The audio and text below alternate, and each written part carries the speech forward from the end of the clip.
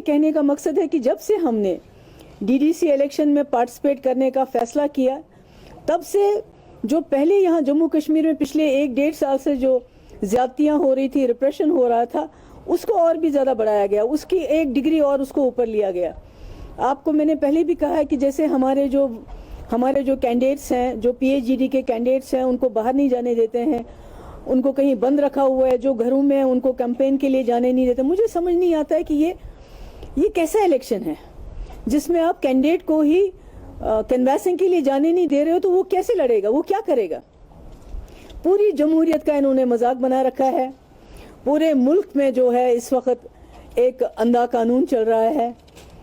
کسی کو جو سب سے بڑا ہتھیار ہے ان کے پاس یو اے پی اے بن گیا ہے، جو مسلمان ہیں ان کو پاکستانی کہتے ہیں، جو سردار ہیں ان کو خالستانی کہتے ہیں، جو ایکٹیوسٹ ہیں ان کو اربن نکسلز کہتے ہیں، جو سٹوڈنٹس ہیں چاہے وہ لڑکیاں ہیں یا لڑکے ہیں، ان کو ٹکڑے ٹکڑے گینگ کہہ کے اینٹی نیشنلز کہا جاتا ہے۔ جب عورتیں نکلتی ہیں کوئی پروٹیسٹ کرنے کے لیے تو ان کو بھی اینٹی نیشنل کہا جاتا ہے کہ بھئی ان کو پاکستان سے سندیشہ آیا ہوا ہے۔ تو مجھے سمجھ نہیں آتا ہے کہ اگر سب لوگ اینٹی نیشنل ہیں، ٹیررسٹ ہیں، خالستانی ہیں، کشمیری ٹیررسٹ ہیں، مسلمان پاکستانی ہیں، سردار خالستانی ہیں، تو اس ملک میں ہندوستانی کون ہے؟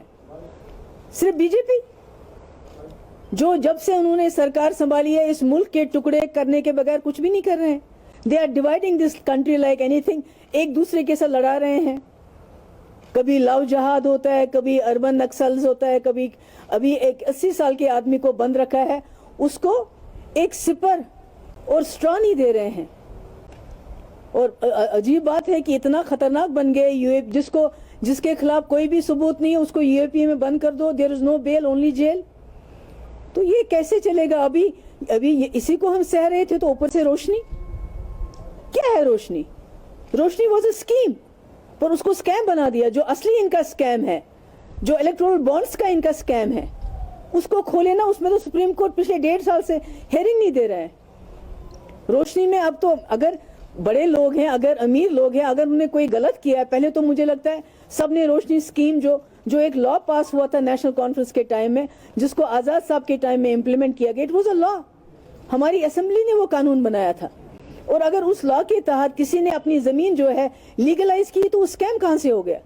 اگر یہ امیر لوگوں کے پاس سمجھتے ہیں کہ انہوں نے بہت زیادہ زمین لی ہے تو let them go after that. یہ غریب لوگ ہیں جن کے پاس 5 مرلے زمین، 2 مرلے زمین، 4 مرلہ زمین، ان کے پیچھے کیوں جا رہے ہیں؟ ان کو کیوں نوٹس بھیج رہے ہیں کہ آپ گھر خالی کر دو؟ یہ میرے پاس ایک نوٹس ہے۔ اور اب تو بدقسمتی سے جو یہ خود نہیں کر پاتے ہیں، کورٹس کو سامنے کر دیتے ہیں، کیونکہ جب ایک غریب انسان کے اوپر یا کسی بھی انسان کے اوپر مصیبت آتی تھی تو وہ عدالت چلا جاتا تھا۔ اب تو عدالت کے ذریعے یہ سب کچھ کر رہے ہیں۔